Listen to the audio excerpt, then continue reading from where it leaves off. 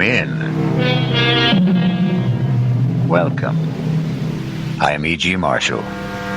Welcome to the sound of suspense, the fear you can hear. For the next 52 minutes, we're going to take you into the world of mystery, into the world of terrifying imagination. The story you are going to hear concerns a question which has been asked since the first men on Earth were born and died. Is there a life after death? Is there a way to return from the grave? And if there is, can we come back in the body of a living creature? Even one that has claws instead of fingernails? Here is one chilling answer. Dr. Singh, you have to tell me. Could my wife have come back as a bird? A sparrow, something like that? Well, your wife was a rather big woman, Mr. Moresby, in a physical sense. How about a snake? A seagull? How about a cat? A great, big, fat cat? A cat!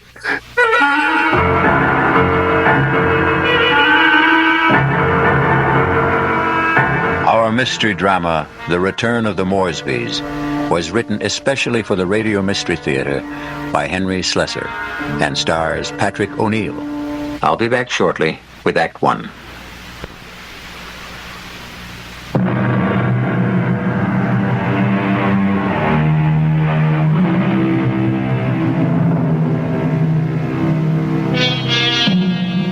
Now here is Act One. Like all murder stories, sooner or later, it reaches the office of a daily newspaper. You wanted to see me, Chief? You bet I want to see you, Prouty. Come in and shut that door. I bet I know what it's about. That story I filed on Richard Moresby, right? I got a flash for you, Prouty. This is a newspaper office, not a fiction magazine. You take this story of yours and see if you can sell it to Weirdo Digest or something. But get it off my desk. Now, wait a while, Max. I know it's offbeat, but I thought I handled it with a kind of a light touch. Stories about murder can't be handled with a light touch, not on this paper. But it's accurate. I mean, this is exactly what the guy Moresby told me, just before he died. Well, he must have been out of his head. He asked for somebody to hear his story. That's how I got to meet him. I was at the hospital covering that subway accident. Now, that story made sense to me. Nothing but nice, clear facts. But this nonsense... Please, let me tell you about this guy. Maybe you'll change your mind. All right, what about him? Well, for one thing, he was a real distinguished-looking guy. The only thing peculiar about him was his eyes. His eyes? Yeah. They were the palest blue eyes I ever saw on a man. They weren't really blue at all. They're like silver. Big deal. So he had silver eyes. And when he started to tell me about himself, well, I just had to hear the whole story, Chief. Yes, I was born in London, but my family moved to the States when I was young. They didn't improve much on the climate when they did. We lived in Vermont. I don't think I was ever warm enough until the age of 24 when I moved to Southern California. I lived on beaches. A superb swimmer, a superior surfboarder, and a terrible bum. It was on the beach at Malibu that I met the woman who was to become my wife. Her name was Una. She was as pale as a gardenia with bones. Una had more bones than any other woman I've ever met. Lovely day, isn't it? I beg your pardon? I said it's a beautiful day. I don't think I've ever seen the ocean look prettier. Frankly, the Pacific always looked a little muddy to me. I wonder if that's what Balboa said when he first saw it. Well, he probably said, what a great place for surfing. Ah, I see you have a surfboard. Yes, as a matter of fact, I think I see a wave that I like. Will you excuse me? Well, I wish I had the nerve to try it. Yeah, you really should. Well, bye now. Maybe I'll ask my chauffeur to teach me. I'm sorry. What did you say? Charles, my chauffeur. He's very good at sports. Come to think of it, that wave doesn't look so good after all. By the way, my name is Richard. Richard Moresby. How do you do? My name is Una.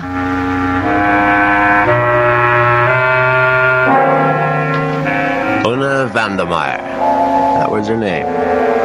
As soon as I realized that she was from the Vandermeyer family, she didn't seem half as bony as she did before. In fact, not only did I become accustomed to Una's appearance, I was even able to tolerate her inane conversation. Can't you just feel the mystery of the stars, Richard? Sometimes I feel their vibrations as if they're trying to communicate with me. Do you ever feel that? Well, sometimes, I suppose. I really think we must be one with the universe, don't you? I really believe there's just one great universal soul, and we're all part of it.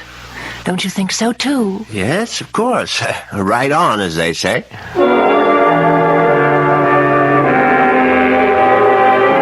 You see what I mean? She talked that way all the time, from the first day of our honeymoon. Well, it was a fine honeymoon just the same. It lasted a whole year on the beaches of the Caribbean, on the French Riviera. I got browner and browner. Una got freckles. Finally, we returned to our home in Los Angeles and settled down to a quiet, comfortable marriage.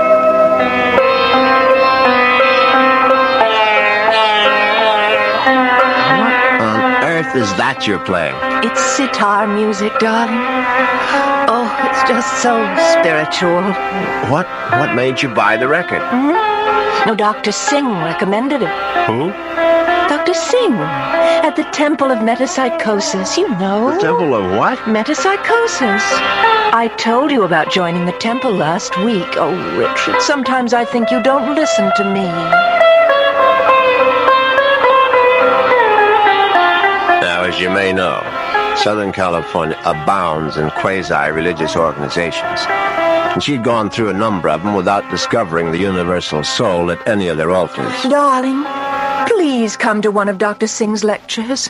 He's such a magnificent speaker. He emits such vibrations.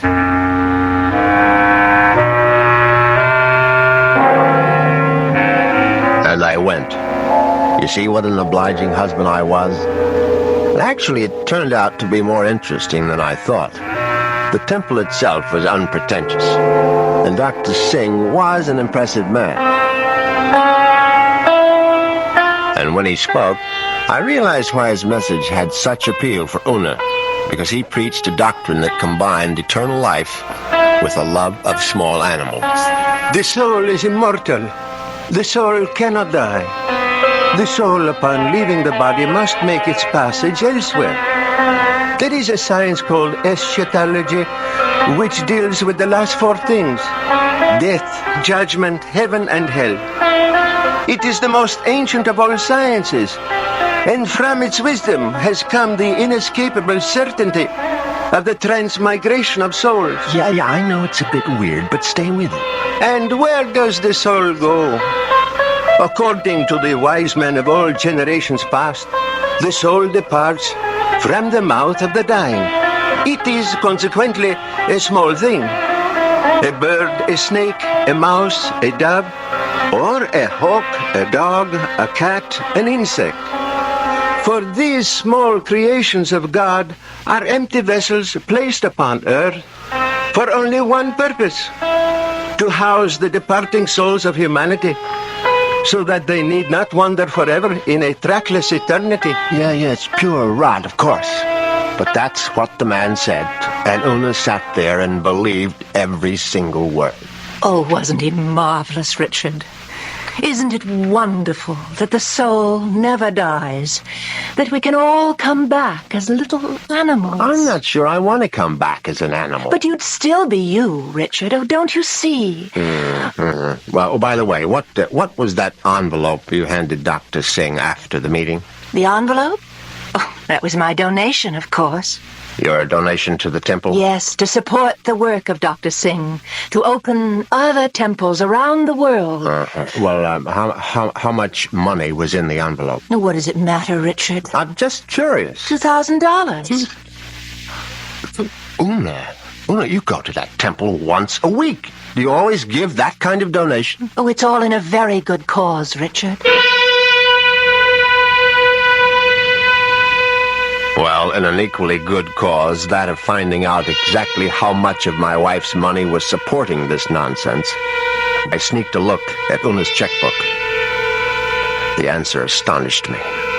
Not only had my wife put more than $30,000 into Dr. Singh's collection plate, she had also donated some $20,000 more to various institutions for the care and feeding of cats, dogs, and birds. It was so kind of you to honor us with a visit, Dr. Singh. I know how terribly busy you are. On the contrary, you were kind to invite me to your lovely home. Oh. Now tell me, Dr. Singh, what determines the kind of animal one becomes when the soul escapes after death? Mrs. Moresby, that is a question which has baffled wise men for countless generations. But isn't it possible to do, well, research? Yes, Mrs. Moresby. I don't doubt that we could find the answer to such great questions if only we had the proper resources. But, unfortunately, that would require money. A great deal more money than the movement has at present. Well, it seems to me you don't do badly.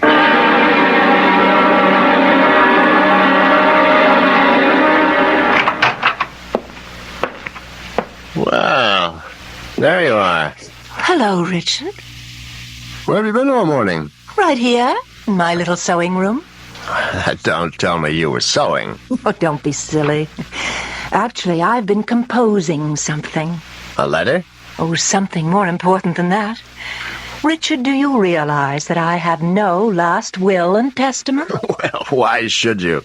Healthy young chicken like you. I can't call myself young anymore, Richard. You'll always be young to me, darling. Oh, that's very sweet. But just the same, it's only practical to have a will. Would you read it over, Richard, and see if it sounds legal enough? Certainly. Let's see now. I, Una Vandermeyer Moresby, a resident of the city of Los Angeles, state of California, residing at 8 Sheridan Drive, being over the age of 21 and of sound and disposing mind and memory. Darling, this is superb. Where on earth did you get the language? Well, to tell you the truth, I copied it out of Daddy's will. The one that left you $10 million? Yes. Well, I don't see how you could go wrong. Let's see now. Not acting under duress, menace, fraud, or undue influence of any person whomsoever, and... Good Lord, Una. What is it? What? You're not serious about this. Oh, about making a will? Well, of course I am. I mean, this bequest to the temple of mumbo-jumbo. What's wrong with it? Now listen, darling, I told you how important Dr. Singh's work is, but it requires money to carry it on. Tons of money. So the least I can do is to help the poor man as much as I can. But you're giving him 90% of your entire fortune. You'll still have $1 million if I go first, Richard. Isn't that enough? No, it isn't. I mean, the whole thing is ridiculous. Don't you realize that man is a fraud, a charlatan? What? For heaven's sake, Una, open your eyes. Don't you realize the simple truth? Your money won't build any temples. It's just going to line the pockets of that turbaned phony. Richard, what a terrible thing to say. Well, you told me you liked Dr. Singh, that you were very impressed by his theory of transmigration. Darling, I was only saying all that to please you. But now I'm telling you that the only thing Dr. Singh is planning to transmigrate is your money into his savings account. And frankly, I'm not going to let him do it. Richard! What are you doing? You're tearing up my will. That's right. How dare you do such a thing? It's my money, and I'll do whatever I please with it. Una, darling, I just want you to have a chance to come to your senses. Oh, there's nothing wrong with my senses. I can see very clearly what the real trouble is. If I didn't leave a will, all my money would go to you, wouldn't it? Well, naturally, I'm your husband. You don't have any other relatives. That's why you're acting this way. It's just plain and simple greed. Una, listen to me. No, it's all right. It's all right. I'm glad you tore up that will, Richard, because I realize now that I was quite wrong. Do you? Yes. It's a mistake to leave only $9 million of my money to the temple. I'm going to leave all of it to Dr. Singh.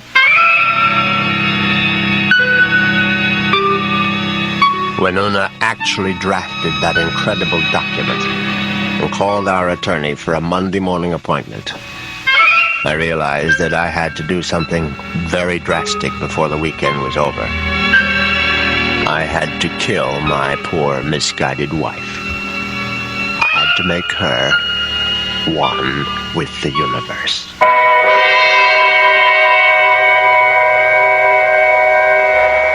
It's obvious that Mr. Moresby is going to be a very reluctant murderer. The question is, will his reluctance get in the way of his efficiency? We'll get the details when we return shortly with Act 2.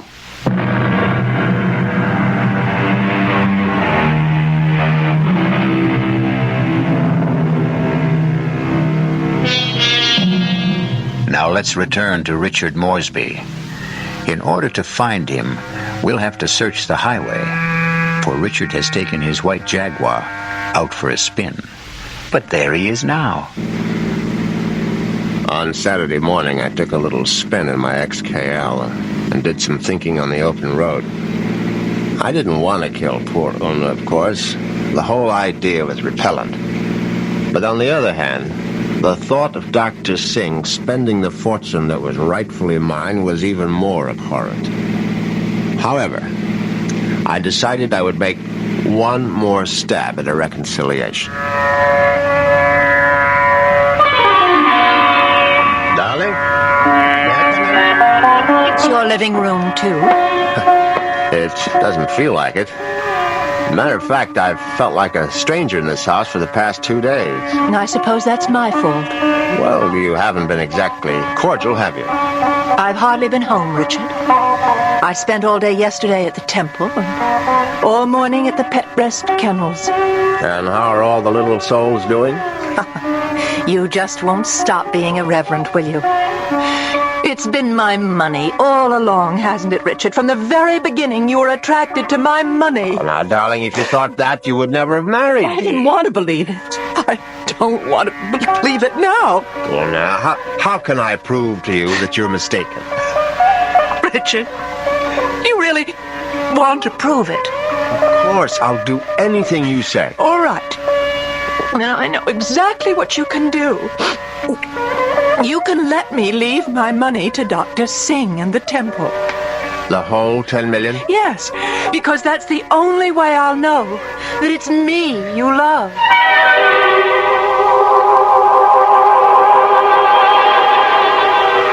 Well, you can't say I didn't try. But Una's decision now left me with absolutely no alternative. I was still deeply unhappy about the necessity of taking her life. However, fate was kind to me that very afternoon. Now you're sure that you want me to continue reading, Richard? Of course, darling. Well, I'm sort of embarrassed about this part. It's a paper that I wrote myself. Something you wrote? Yeah, I wrote it this morning. I was going to show it to Dr. Singh. It's it's a sort of a poem. It's called Death. Snappy title. Hope I can read my own handwriting. Death has become nothing to me. Death holds no fear for me. Come, death, I welcome you. Lead me to the woods, the waters, the air above the earth. Come, take me, death. Your touch is kind. Richard? Oh, Richard, why do you look like that? Is it really that terrible? Oh, terrible. Oh, no, my darling, it's beautiful. You mean it? You must give it to me, Una. I must have it. You like it that much? Yes, I certainly do. Well, I'll type it up for you, Richard. No, I must have the original. Now, just the way you wrote it. Oh, darling, I'm so flattered. What will you do with it? Oh, I'm going to put it in a frame, of course. And I know just where I'm going to hang it.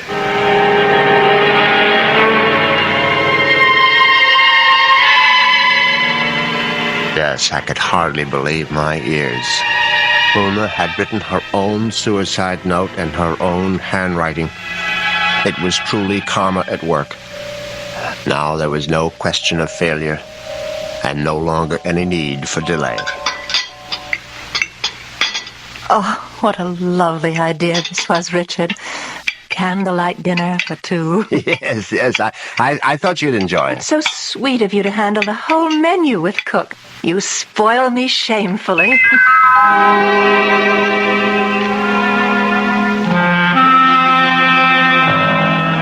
And that night, I spoiled her just a bit more by bringing hot cocoa to her in bed.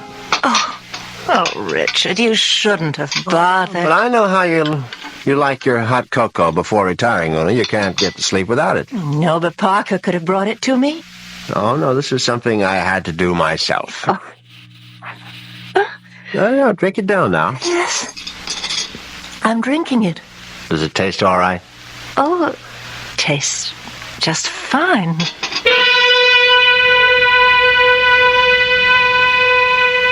Now, that was very good news, because I'd prepared the hot cocoa myself, and I had no idea whether 25 melted sleeping pills would seriously affect the flavor. Finally, Una was all tucked in for the night. I went into my study, picked up the poem she had written for Doc to sing, and brought it to the bedroom. I placed it carefully on the night table beside her. Then I bent over my sleeping darling to see if she was getting along all right. She was very, very quiet. And then a dreadful thing happened. Una opened her eyes. Richard. Oh, Richard. Hush, darling. Now go back to sleep. Richard, I'm sick. No, my love. No, you're only sleepy. Cocoa tasted so strange. I didn't want to upset you, Richard, but I'm sick. No, you'll feel much better in the morning, Una. I promise you. Tomorrow morning, you'll be one with the universe. Richard, that paper. What paper, darling? It's my poem. My poem for Dr. Singh. What's it doing there? I was just reading it over, darling, that's all. And bottle, my sleeping pills. Oh, it's empty. The bottle is empty. Oh, Richard. What have you done? Nothing, darling, nothing. Now, just go to sleep. Cocoa. You put sleeping pills in it. All of them. Don't try to get up, Una, please. Now, don't. Trying to kill me. You're trying to murder. No, for heaven's sake, Una, now stop saying things like that. Do you want the servants to hear? Help somebody. Help. Now, come on, lie down. Lie down, Una, for heaven's sake. Come on, now, lie down. Lie down. There. That's better. You won't get away with it. You won't get away with it, Richard. I promise you. Anything you say, darling. I'll come back, Richard. You know I'll be back. Yes, of course. Just welcome death, Una. The way you wrote in your little poem. I'll be back. I swear it. Oh.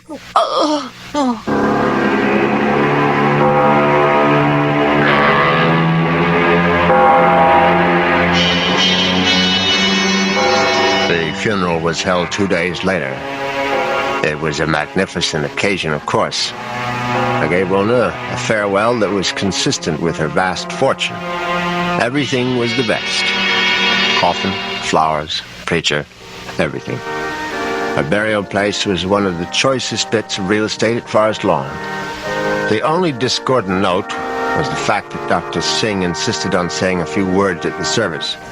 They were familiar words, but frankly, they gave me a slight bit of a chill. The body of Una Moresby is dead, but her soul lives on. The soul cannot die. The soul is immortal. It has left the earthly remains of this woman and has sought the body of a small living thing. There it will abide until the Almighty is ready to choose its next home. Mourn not, the end of Una Moresby? For there is no end. I couldn't help congratulating myself on how well everything had gone. When I called for medical attention the night of Una's death, the physician was only too ready to declare her a suicide. The police had to be informed, naturally, and they too agreed with the doctor's verdict. Una had died by her own hand, and she had died without a will. There was simply no question that the matter would be probated in my favor. Suddenly I realized I was not only rich, but a rich widower. What vistas opened for me? What the devil? Look out, you stupid mongrel! Oh, God, trying to get run over. I admit I was shaken up by it. I mean, it was sort of a coincidence, you know? Right after the funeral and all that.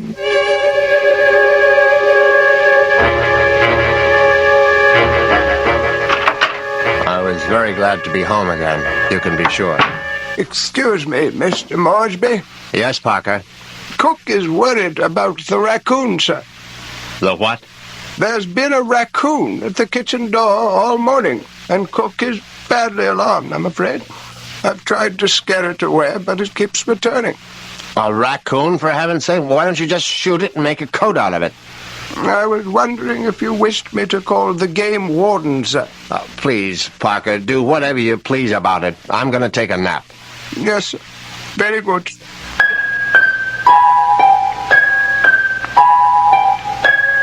I went upstairs at once, undressed, and got into bed. It was a warm day, and yet I found myself cold. I got out the electric blanket and soon felt very cozy indeed. In fact, I felt so much better that I made a phone call.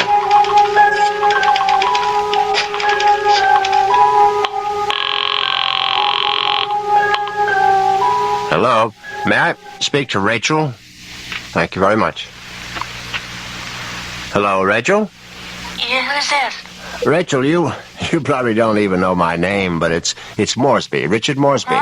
Huh? You met me at the club numerous times.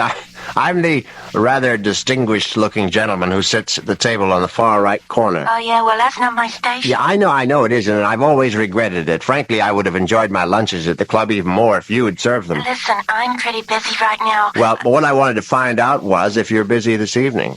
Oh, what'd you have in mind? Oh, a little, quiet dinner, perhaps? Is that all you had in mind? Why don't we just wait and see? I can pick you up outside the club whenever you're free. Yeah, how I know it's you. I mean, I'm still not sure which gentleman you are. I'll be sitting in an XKL Jaguar. Do you think you'll recognize it? A Jag? I get off at 6:30. See you then.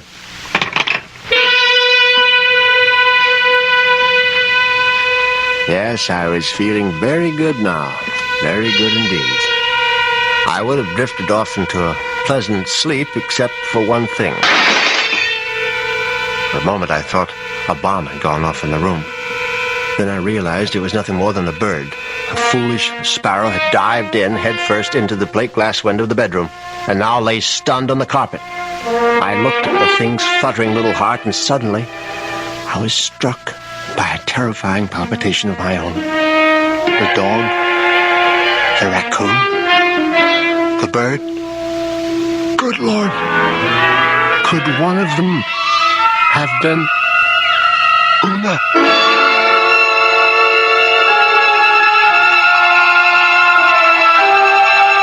Has Una Moresby returned from the grave? Nonsense. Such things don't really happen. But perhaps we should reserve judgment until I return shortly with Act 3.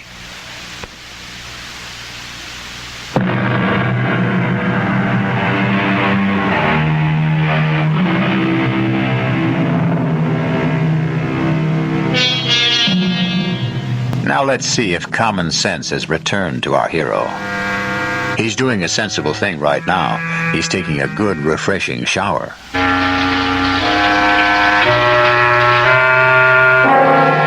By the time evening came, I was feeling better. All my peculiar notions about Una's animal reincarnation seemed ludicrous as I stood in front of the shaving mirror. I thought about the delicious young woman that was waiting for me at the club. I'd admired Rachel's way with a tray for months, but ever faithful to my wife, I hadn't done more than gaze from afar.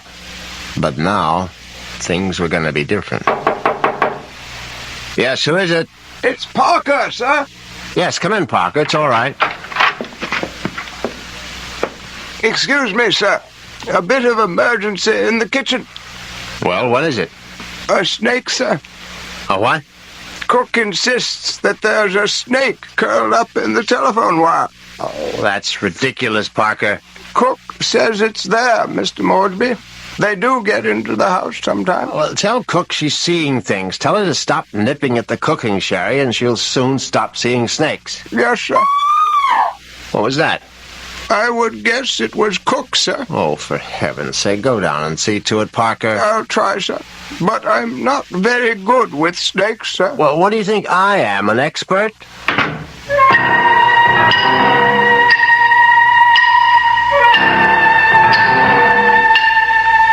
But that wasn't the end of it. 10 minutes later, Parker was back upstairs, saying that the snake had left the kitchen and run into the living room. No, I suppose snakes don't run, they slither. It slithered into the living room and was now embracing still another telephone wire, obviously mistaking it for a long-lost love. But then, another unsettling thought came into my mind. What if the snake... No, that was ridiculous. Hello? Hi, is this Mr. Moresby? Yes, who's this? Rachel, from the club. Oh, yes, Rachel, what is it? Listen, could you make it 6 instead of 6:30? I'm trying to sneak out a little early. Yes, fine, I'll be there as soon as I can. In the Jaguar, right? Yes, in the Jaguar. Listen, the reason I want to leave earlier is because my husband always picks me up at 6:30. What was that? So I asked one of the girls I work with to tell him I got another job someplace. He won't care. He likes me to earn extra money.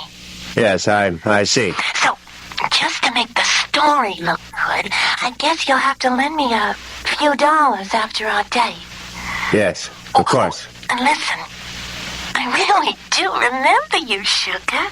You're the handsome one with the cute bald head. See you soon.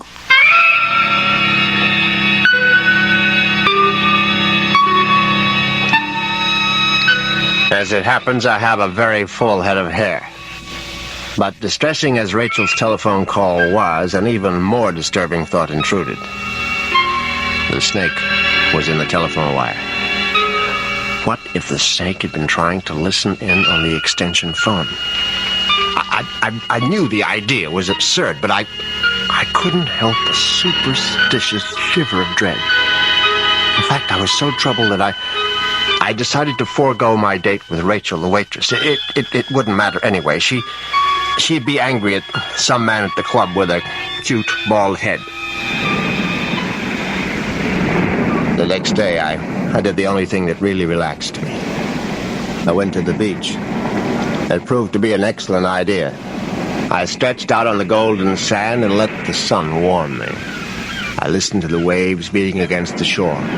I listened to the haunting cries of seagulls circling overhead. Suddenly I was aware that the gulls which had been hovering over the water were now hovering over me. Instead of their cries being sad and plaintive, now they seemed menacing. I stood up hastily, but the gulls seemed to be increasing in number. I saw their sharp, pointed beaks, their raking claws. They were predators, of course. How many times had I seen them swoop into a dive and snatch up some poor fish out of the sea? And there was one seagull in particular. Its beady eyes seemed to be staring at me. No, it was my imagination, of course. I wasn't a fish, I was a man, but just the same, I found myself running down the beach.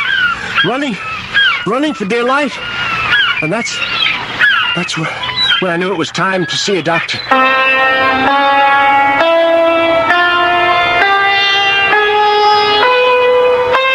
Yes, Mr. Moresby. I'm very pleased that you honored the temple with your presence. I'm grateful that you're willing to see me, Dr. Singh. I realize that, well, you've had a disappointment. A disappointment? I'm afraid I don't understand. I know my wife made certain promises to you concerning her will. I believe she mentioned some modest donation. She wasn't in her right mind, of course. I mean, when she took those sleeping pills. Yes, it was very sad. I trust that she has found the peace and happiness that she sought. Frankly, that's what I wanted to talk to you about. I mean, about whether you really believe that my wife is, well, that she's some kind of animal right now. But of course I believe it, Mr. Moresby. I don't merely believe. I'm positive. When your wife passed from this world into the next, her soul made its escape. Yes, I know how it goes, but what I'd really like your opinion about is what sort of animal do you think she might be now? I told you, Mr. Moresby, we have no way of knowing. But can't you take a guess? I mean, you said it might be influenced by a person's karma. Am I quoting you right? Yes, the kind of person she was in life may well determine the kind of animal she is now. Your wife was soft. Your wife was gentle. Your wife was independent in spirit. Now, what animal does that remind you of? I don't know. I can't think. Then go home and think about it, Mr. Moresby. Go home and try to be one with the universe. I went home, and I tried to be one with the universe. Now, when that didn't work, I tried being one with a bottle of scotch. I was still in the library, asleep in the big leather chair, when I heard the noise in the cellar. I simply had to investigate. I looked into the cellar and found that one bare bulb wasn't enough for a thorough search. I found a flashlight and went down the cellar steps. At first there was nothing I could see. But then, there's an empty oil can. Swiftly, my flashlight picked out the culprit. At first, I thought it would turn out to be a mouse, but instead, it was a large, white cat. I don't like cats. I never have. Skulking, cynical creatures. When the beam of my flashlight hit it, the cat froze. I saw it was an alley cat. Its fur shaggy, its eyes baleful in the light. It was fat, and yet it was bony, too. I said scat, but it didn't scat. Instead, it started to walk toward me. And I knew for certain what Dr. Singh had meant. I knew for certain I was looking at the reincarnation of my wife.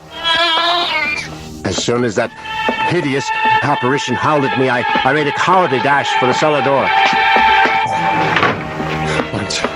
Once I was on the other side, I remembered the hunting rifle that Una had given me for Christmas. It stood unused in an upstairs closet. I found it, I loaded it, and brought it back to the cellar. I hadn't fired a rifle since boyhood. I stood on the top of the stairs with my flashlight, picked out the ghostly white form of the cat. I put down the light, raised the weapon, and squeezed the trigger. The report was deafening, but the recoil was worse. My precarious balance on the top step was lost. I fell to the bottom.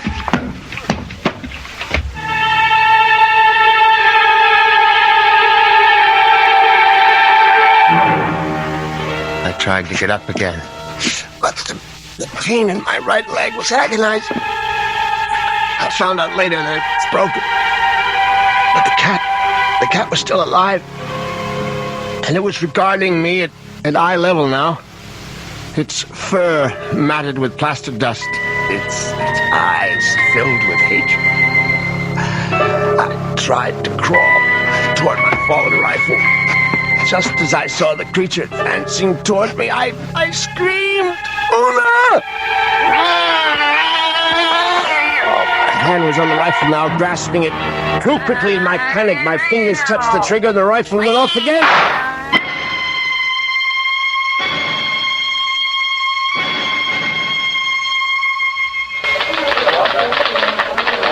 Well, that's how Moresby ended up in the hospital, Chief, with a broken leg and a bullet in his hip. And then he died. But I think he was telling the truth. You could see it in his eyes. His silver eyes, right? Yeah, his silver eyes. And you really believe that the guy's wife came back as a cat to get her revenge? What does it matter? It's still a good story. Sorry, Prouty, I can't okay it. Well, what if I got more details? What if I talked to this Dr. Singh? If I went to the Moresby cellar and found that cat? And what would you do then? Ask her if she's Mrs. Moresby? I still think it's worth a try, Chief. I'll tell you what, Prouty. What are you doing for lunch? I hadn't thought about it. Well, think about buying my lunch. You? There's a pretty good restaurant right around the corner where the Moresbys live. Now we can get a bite there and then check out that cellar.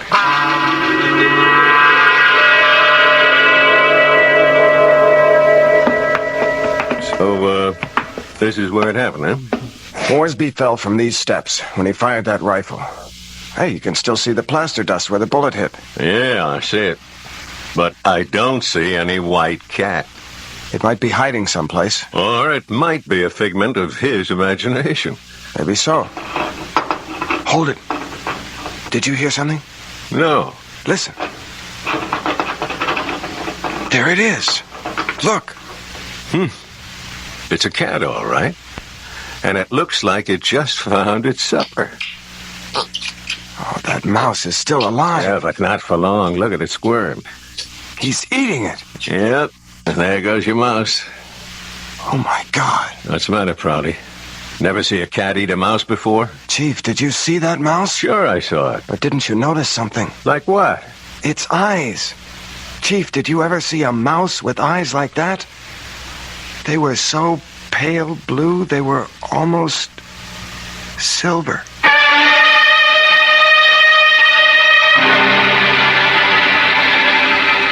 And so the cat and mouse game comes to an end.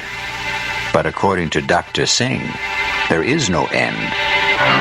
Perhaps Richard Moresby will have his turn next in another afterlife. I'll be back in a few moments.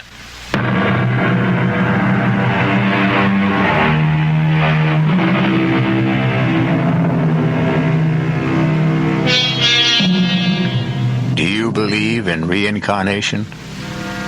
Do you believe the dead return? We have to believe it, because here we are, the reincarnation of radio drama.